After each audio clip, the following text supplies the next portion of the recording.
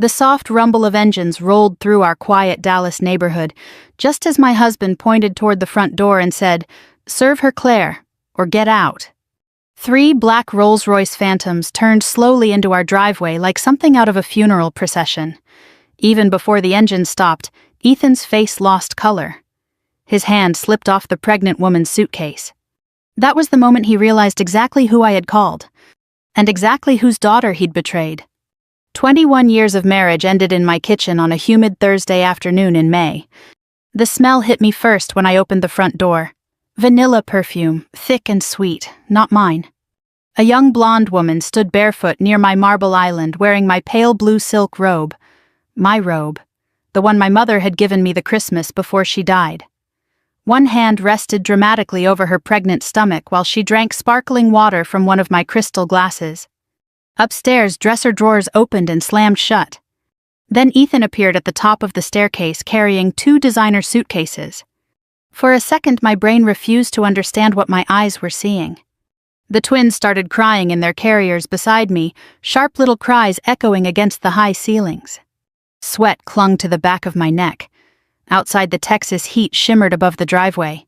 Inside, the air conditioning blasted cold enough to raise goosebumps on my arms. Vanessa smiled first. Not embarrassed, not nervous, calm.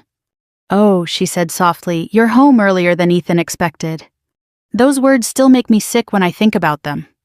Earlier than expected. Like I was the guest. Ethan came downstairs, slowly adjusting the cuff of his shirt like this was some ordinary conversation between adults. "She's staying here for a while," he said. Silence settled heavily between us, except for the twins fussing beside the door. A clock ticked somewhere near the dining room. Then he added the sentence that finally shattered something inside me. "She's pregnant with my baby." My fingers tightened around the diaper bag strap. Across the kitchen, Vanessa lowered her eyes like she was trying to look innocent.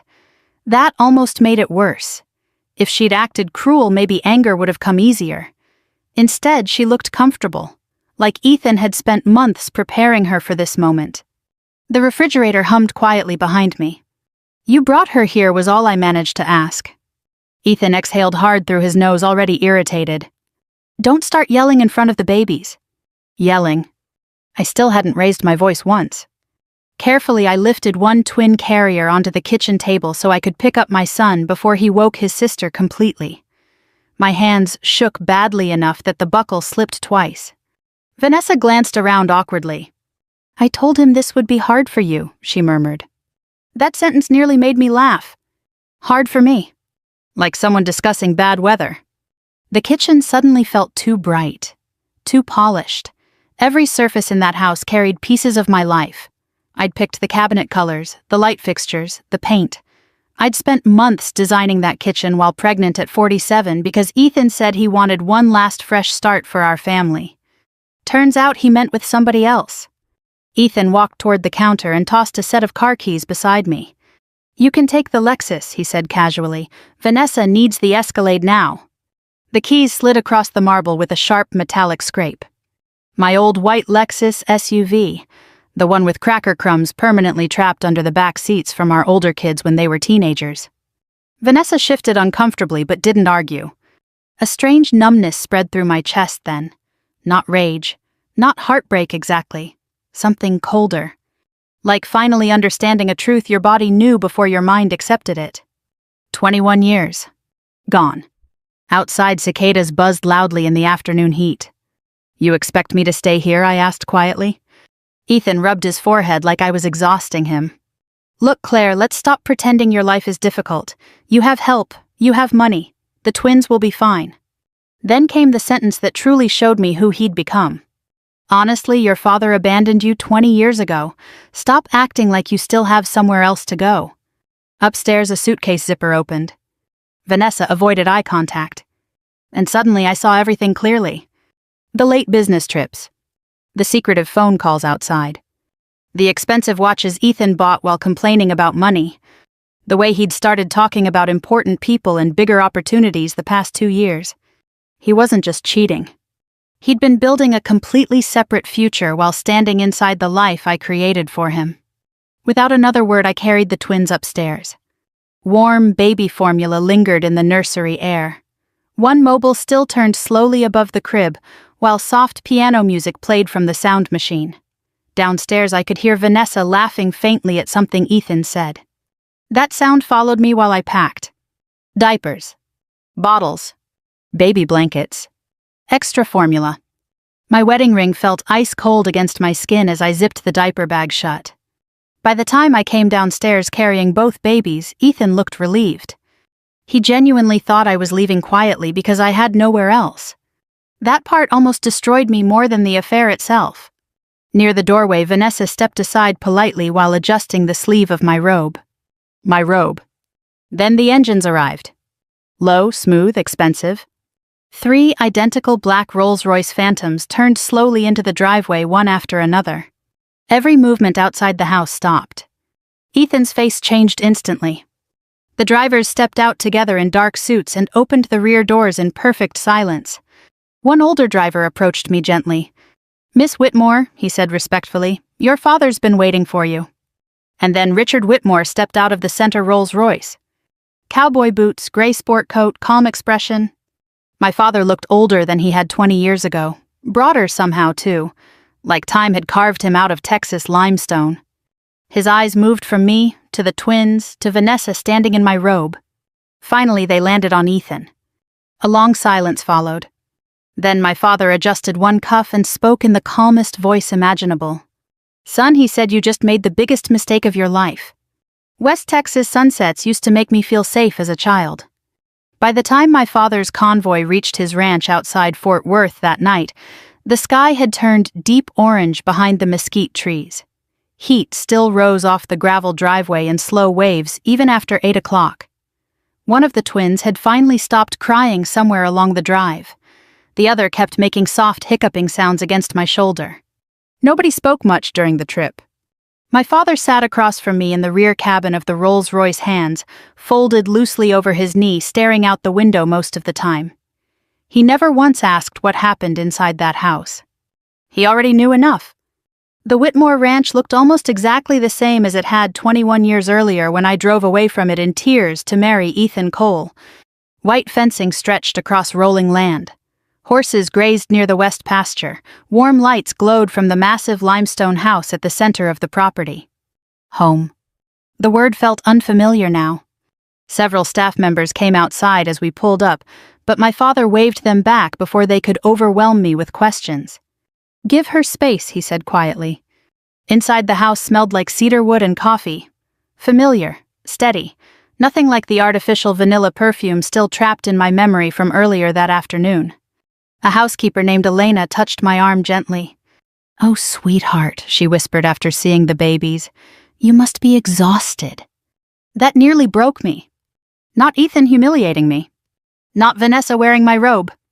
Not even hearing another woman was carrying my husband's child. It was kindness that almost cracked me open. The nursery on the second floor had already been prepared somehow. 2 bassinets sat near the windows. Fresh blankets folded neatly nearby. Bottles sterilized. Formula containers lined up on the counter. "You planned this?" I asked my father quietly. The old floorboards creaked beneath his boots as he stepped into the doorway. I hoped I wouldn't need to. A long silence stretched between us. 21 years of distance sat inside that room with us. Back when I was 27, my father warned me Ethan loved opportunity more than he loved people. I accused him of being controlling, elitist, judgmental. Maybe part of me wanted to prove rich men weren't always right. Maybe part of me wanted to escape being Richard Whitmore's daughter and become my own person. Turns out life doesn't care much about idealism. Around 2 in the morning, soft crying drifted through the baby monitor beside my bed. My body ached from exhaustion. Every muscle in my back burned. I'd barely slept in weeks even before discovering my husband had moved his pregnant mistress into our home. Dim hallway lights guided me toward the nursery. Halfway there, I stopped. My father sat in the rocking chair holding my son awkwardly against his chest, while staring down at a baby bottle like it was complicated machinery. The sight felt almost unreal. Richard Whitmore could negotiate billion-dollar land deals without blinking. Governors returned his phone calls within minutes. Men twice his size turned nervous around him. But there he sat at 2:15 in the morning wearing reading glasses and struggling to burp a 3-month-old baby. The baby spit up on his shoulder. My father looked mildly offended by it. For the first time in nearly 24 hours, a laugh escaped my throat. Quiet, tired, but real. His eyes lifted toward me. "There she is," he said softly. "Your son appears to have declared war on my jacket. You're holding him too low." "That's so." I walked over and adjusted the baby gently against his shoulder. My father watched carefully, trying to memorize the movement. "You used to do this with me?" I asked. Something flickered across his face then. "Every night after your mother died." The room went still. I hadn't expected that answer. Moonlight spilled across the hardwood floor while my daughter stirred softly in her bassinet nearby. My father cleared his throat once. "You were colicky," he added quietly. "Screamed half the night for almost 6 months. A strange ache spread through my chest hearing that. Because suddenly I could picture it. Not Richard Whitmore, the businessman. Just a widowed father trying not to fail his little girl. By sunrise, exhaustion finally dragged me into sleep for a couple of hours. When I woke, near 10 lawyers had already arrived. The smell of bacon drifted downstairs from the kitchen while papers covered the dining room table. Men in suits spoke in low voices near laptops and folders marked with Ethan's company logo. My father stood near the windows drinking coffee. One attorney introduced himself carefully before sliding documents toward me. "Mrs. Cole, we discovered several financial irregularities tied to your husband." Irregularities. That word turned out to mean forged signatures. Loan guarantees. Shell companies. Crypto transfers. My stomach tightened harder with every page. "You're saying Ethan used my name?" I asked. The attorney nodded. "We believe he assumed the Whitmore family would eventually cover the debt exposure if things collapsed." Outside, horses moved slowly through the pasture while sunlight flashed across the pond beyond the house. Meanwhile, my entire marriage was unraveling line by line on legal paper. The affair suddenly looked smaller. This wasn't passion. It was greed. A little after midnight the next evening, my phone buzzed beside the bed. Unknown number. For several seconds I considered ignoring it. Then another message appeared. "Please don't block me. It's Vanessa. We need to talk." Because Ethan lied to both of us. Rain tapped softly against the windows of the steakhouse the night I met Vanessa. Dallas had been sitting under a brutal heat wave for almost 2 weeks, but that Thursday evening finally brought a thunderstorm rolling through downtown. Water streaked down the glass outside, while businessmen in expensive jackets hurried along the sidewalk beneath umbrellas. The restaurant smelled like grilled ribeye whiskey and leather. Vanessa sat alone in the back corner booth wearing a cream-colored sweater and almost no makeup. Without the heavy lashes and tight dresses she wore around Ethan, she looked younger than I remembered. Tired, too. A server led me toward the table. Vanessa stood awkwardly when she saw me approaching. "Thank you for coming." Her voice shook slightly. "Not much, just enough to notice." The booth seat felt cold against the back of my legs as I sat down across from her. For several seconds, neither of us touched the menus. Soft country music played overhead. Somewhere behind us, glasses clinked near the bar. Finally, Vanessa reached for her water. "He told me you'd never come," she admitted. "That makes 2 of us." A faint smile crossed her face before disappearing again. Pregnancy had rounded her features slightly. Up close, she didn't look smug anymore. Mostly nervous. I studied her carefully while she stared down at the table. This was the woman Ethan destroyed our marriage for. 23 years old. Young enough to be my daughter. And somehow that realization hurt less than I expected. "What exactly did Ethan tell you about me?" I asked. Vanessa exhaled slowly. "That you were cold, manipulative, obsessed with your family's money." Her eyes lifted toward mine carefully. "He said you treated him like staff instead of a husband." A bitter laugh almost escaped me. Staff. The man hadn't packed his own suitcase in 20 years. He also told me, Vanessa continued quietly, that your marriage had basically been over since your older kids left for college. Outside, thunder rumbled faintly through the city. I folded my hands together under the table to stop myself from reacting too visibly. "You believed all that." "At first." She swallowed hard. Then things stopped making sense. The waiter arrived with bread, which neither of us touched. Vanessa leaned closer across the table. He talked constantly about money, she said. Not regular money, big money, connections, investors, land deals. She paused. He kept saying once the divorce was done, everything would change. The server poured water quietly into our glasses. Vanessa waited until he walked away before continuing. I thought Ethan owned more of the company than he actually did. A humorless smile tugged briefly at my mouth. So did Ethan. That finally got a tiny laugh out of both of us. Small, exhausted, sad. Vanessa rubbed one hand over her forehead. You know those expensive watches he wore? Unfortunately. They were rented. I blinked. What? All of them. She shook her head slowly. There's some luxury subscription company in Plano. I found invoices hidden in his golf bag. Despite everything, a short, startled laugh escaped me. Not because it was funny exactly. Because after weeks of feeling shattered, the absurdity finally cracked through the grief for 1 second. Ethan Cole. Mr. Big Executive. Renting Rolexes. Vanessa reached into her oversized purse carefully. That's not the worst part. She slid a black notebook across the table. Not glamorous. Just worn leather with bent corners. I opened it slowly. Pages of account numbers. Crypto transfers. Wire receipts. Property codes. Several shell companies connected to names I didn't recognize. Cold spread through my stomach. When did you get this? He got drunk one night and started bragging.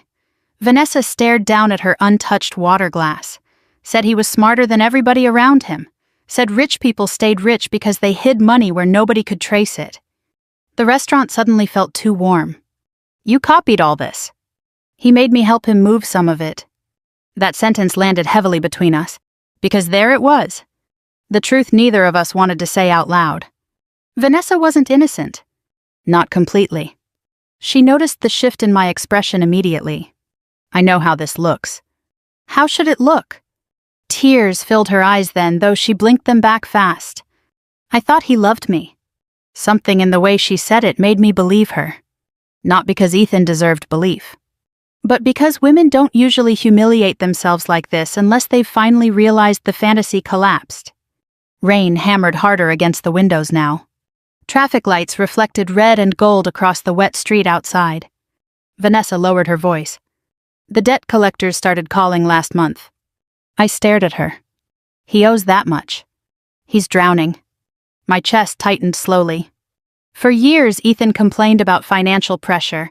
Yet we lived in a 7,000-square-foot home, drove luxury SUVs, vacationed in Aspen, and sent our kids to private schools.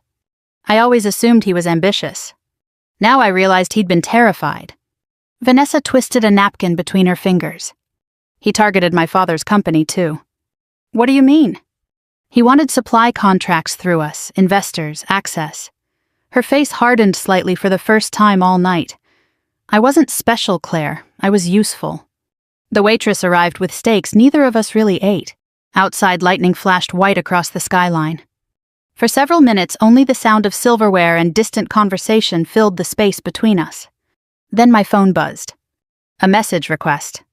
Unknown sender. I opened it. My breath caught immediately. It was a screenshot from Ethan's social media. Black background, white text.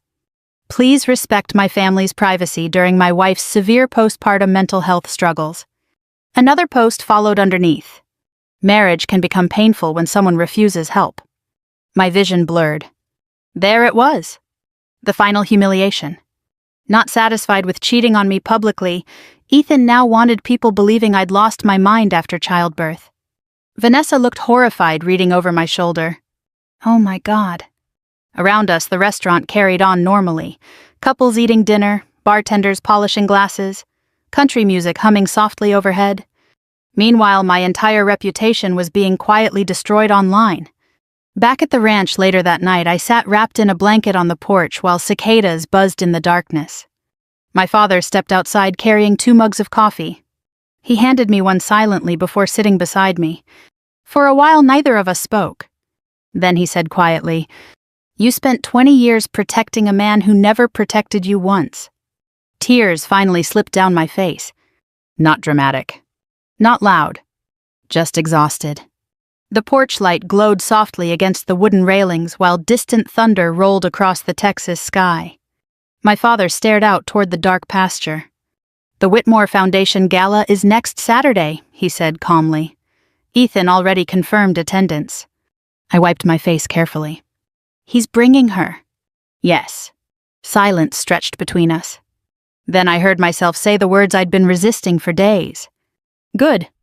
My father looked over slowly. For the first time since leaving my house, I met his eyes without looking away. "I'll be there too." Crystal chandeliers reflected across polished marble floors as Dallas society filled the ballroom at the Adolphus. By 7:30, valet lines stretched halfway down Commerce Street.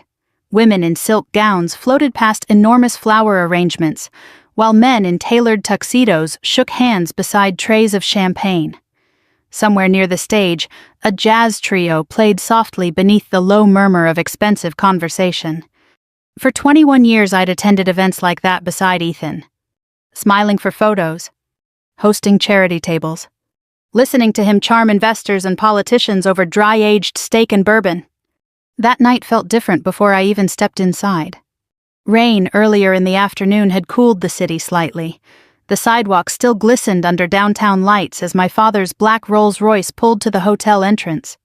One of the valets opened my door carefully. Texas air brushed cool against my skin as I stepped out wearing an ivory silk gown and my grandmother's diamond and sapphire brooch pinned near my shoulder.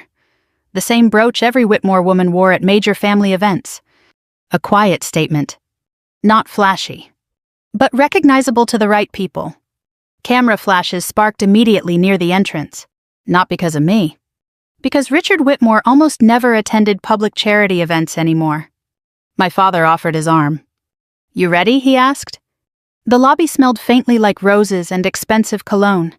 Soft piano music drifted through the mezzanine while guests turned subtly to watch us cross the room. Recognition spread almost instantly. Not shock exactly. More like tension. Because people in Dallas remembered things. They remembered the Whitmore daughter who walked away from her family for love. And they remembered the rumors spreading online the past 2 weeks about my supposed breakdown after childbirth. At the ballroom entrance, my father leaned slightly toward me. "You don't have to do this publicly." "Yes," I said quietly, "I do." Inside, nearly 400 guests filled the ballroom. And there he was. Ethan stood near the center bar laughing beside Vanessa in a dark green gown that stretched across her pregnant stomach. One hand rested possessively on the small of her back, while several investors listened to him speak. The moment he saw me, the color drained from his face. Vanessa froze too. Around them, conversations began slowing one by one. People noticed. Always. Especially wealthy people pretending not to gossip. Ethan recovered first, at least externally. A polished smile spread across his face as he walked toward us. "Claire," he said carefully, "I didn't expect." "You rarely do." The sentence landed softly between us. No yelling. No dramatic scene. That seemed to unsettle him more. His eyes moved toward the family brooch on my shoulder, then toward my father standing beside me. For the first time in our marriage, Ethan suddenly looked unsure of himself. "My lawyers advised me not to discuss private matters tonight," he said quietly. My father gave a small nod. "Smartest thing they've told you all year." A few nearby guests pretended very hard not to listen. Vanessa shifted awkwardly beside Ethan. Up close, she looked pale. Nervous. Not triumphant anymore. A charity board member approached moments later announcing dinner service would begin shortly. Ethan seized the interruption immediately. "Enjoy the evening," he muttered before guiding Vanessa away. But his hand trembled slightly against her back. The ballroom lights dimmed 40 minutes later as the foundation presentation began. Large projection screens lit the stage while donors settled into their seats. Wine glasses clinked softly against linen-covered tables. My father sat beside me, calmly reviewing notes on a leather folder. "You still have time to walk away from this," he murmured. Across the ballroom, Ethan laughed too loudly at something one investor said. I watched him carefully. 21 years together teaches you tiny details. The fake confidence. The jaw tension. The way he adjusted his cufflinks when nervous. He knew something was coming. He just didn't know how much. The foundation director introduced my father first. Polite applause followed as Richard Whitmore stepped onto the stage beneath warm lighting. No dramatic speech. No anger. Just quiet authority. "Thank you all for supporting families across Texas," he began calmly. Then he stopped, looked toward me, and nodded once. The ballroom shifted almost instantly as I stood from my chair.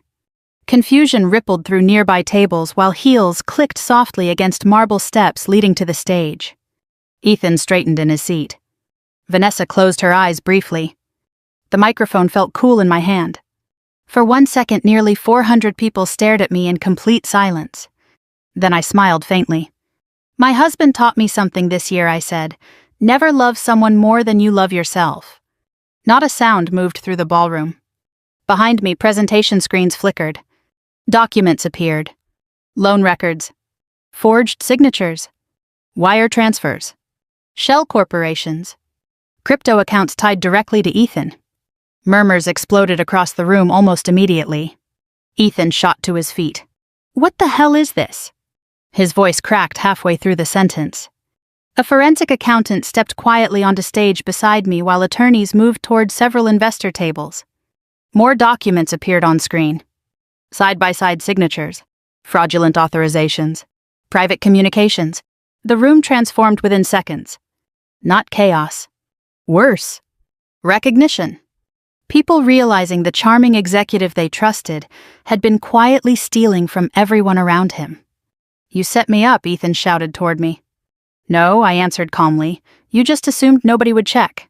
Several board members stood simultaneously near the back tables. One older investor looked physically sick reading the projected financial summaries. Then came the final blow. Vanessa stood slowly from her chair. Every eye in the ballroom turned toward her. Tears filled her eyes, though her voice remained steady. "He promised both of us a future he never actually owned." That was all she said. Then she picked up her purse and walked out of the ballroom alone. Ethan looked completely stunned watching her leave. Security approached moments later. Quietly, professionally. No scene. Just a soft conversation near his shoulder. Around the ballroom, people avoided eye contact with him now. Investors stepped away. Business partners turned their chairs slightly. One man Ethan golfed with every Sunday suddenly became fascinated by his wine glass. Public humiliation rarely looks dramatic in wealthy rooms. Usually it looks like isolation. Ethan's breathing sounded uneven as security guided him toward the exit. Halfway past our table, he stopped. His eyes looked wild now. Smaller somehow. "Please," he whispered toward me, "don't destroy me." The ballroom remained silent enough to hear silverware settling against plates. I met his stare calmly. "I didn't," I said softly. "You did." Without another word, security escorted him through the ballroom doors. And just like that, Ethan Cole disappeared from Dallas society in under 10 minutes. 6 months after the gala, I saw Ethan for the first time in a Walmart parking lot outside Arlington. Not at a country club. Not downtown near his office tower. A Walmart. Late August heat shimmered above the asphalt while shopping carts rattled across faded parking lines. I'd stopped there after a pediatric appointment because one of the twins had developed a sudden obsession with throwing pacifiers out of the stroller. Life becomes strangely ordinary again after public humiliation. That part surprised me most. One moment your marriage explodes across Dallas business circles. The next you're standing in the baby aisle comparing diaper prices while country music plays overhead. Ethan stood near a gray pickup truck wearing jeans and a wrinkled polo shirt. For several seconds neither of us moved. He looked older. Not dramatically. Just worn down in ways expensive suits used to hide. The confident posture was gone. So was the polished executive voice. Even from 20 feet away, exhaustion clung to him like humidity. A cart collector pushed rows of metal carts past us noisily. Finally, Ethan walked over slowly. "Claire." The way he said my name sounded unfamiliar now, softer, careful. One twin babbled happily from the stroller while his sister chewed on a rubber giraffe toy, completely unaware her father had detonated his own life 6 months earlier. "You look well," Ethan said awkwardly. Texas wind carried the smell of hot pavement and gasoline between us. "I'm sleeping more," I answered honestly. That almost made him smile. Almost. For a moment we simply stood there beneath the brutal afternoon sun while traffic moved steadily around the parking lot. The silence no longer felt sharp. Just sad. News of Ethan's collapse spread quickly after the gala. The fraud investigation widened within weeks. Investors filed lawsuits. Several contracts vanished overnight. A regional banking group quietly severed ties with his company after auditors uncovered forged documents connected to multiple accounts. In Texas, construction circles' reputation matters almost as much as money. Once trust disappears, phones stop ringing. By October, Ethan had lost his executive position entirely. A month later, industry contacts started blacklisting him quietly behind closed doors.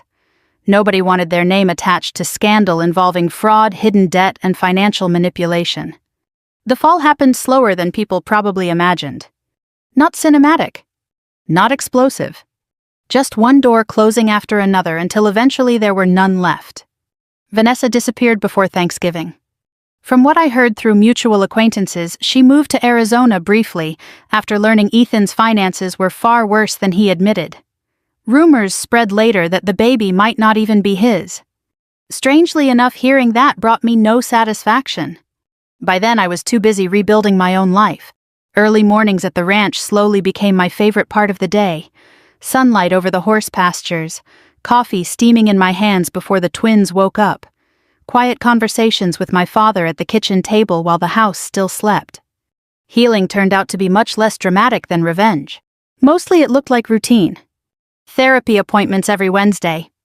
Long walks pushing a double stroller beneath oak trees. Learning how to sit alone without feeling abandoned. Some nights were still hard. Around 3 a.m, when both babies cried at once and exhaustion wrapped around my shoulders like wet concrete, old memories crept back in. 21 years is a long time to untangle emotionally. Especially when part of you still remembers the good years. Because there were good years once. That truth made recovery messier. My father understood that better than anybody. One October evening while the twins slept upstairs, he sat beside me on the back porch, watching distant lightning flash across the Texas sky. "You still miss him sometimes," he said quietly. It wasn't a question. I stared out toward the dark pasture for a long moment before answering. "Sometimes I miss who I thought he was." My father nodded once. Nothing more. No lectures. No judgment. Just understanding. That was enough. A few weeks later, I officially joined the Whitmore Foundation full-time. Not as Richard Whitmore's daughter. Not as Ethan Cole's ex-wife. Just Claire.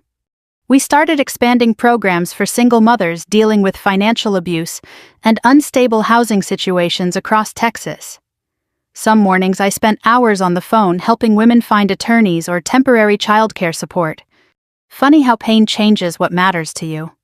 For years I organized charity galas, mostly because wealthy Dallas wives were expected to. Now the work felt personal. Real.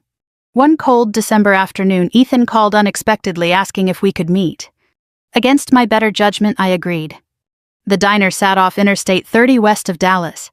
Nothing fancy. Red vinyl booths, burnt coffee smell, Christmas decorations taped crookedly along the windows. Ethan already sat inside when I arrived. The man who once obsessed over luxury watches now looked uncomfortable in a simple navy sweater. He stood awkwardly when I approached. "Thank you for coming." Outside trucks roared past the highway while a waitress refilled coffee cups nearby. For several minutes we talked carefully about the twins. Doctor visits. Sleep schedules. Teething. Normal things. Then Ethan wrapped both hands around his coffee mug and stared down at the table. "Did you ever regret marrying me?" The question caught me off guard. Steam curled slowly upward between us. Somewhere near the kitchen, dishes clattered loudly. I thought about our wedding day. Our first apartment. Road trips with the kids when they were little. The years before ambition hollowed him out from the inside. Finally, I answered honestly. "No," I said quietly.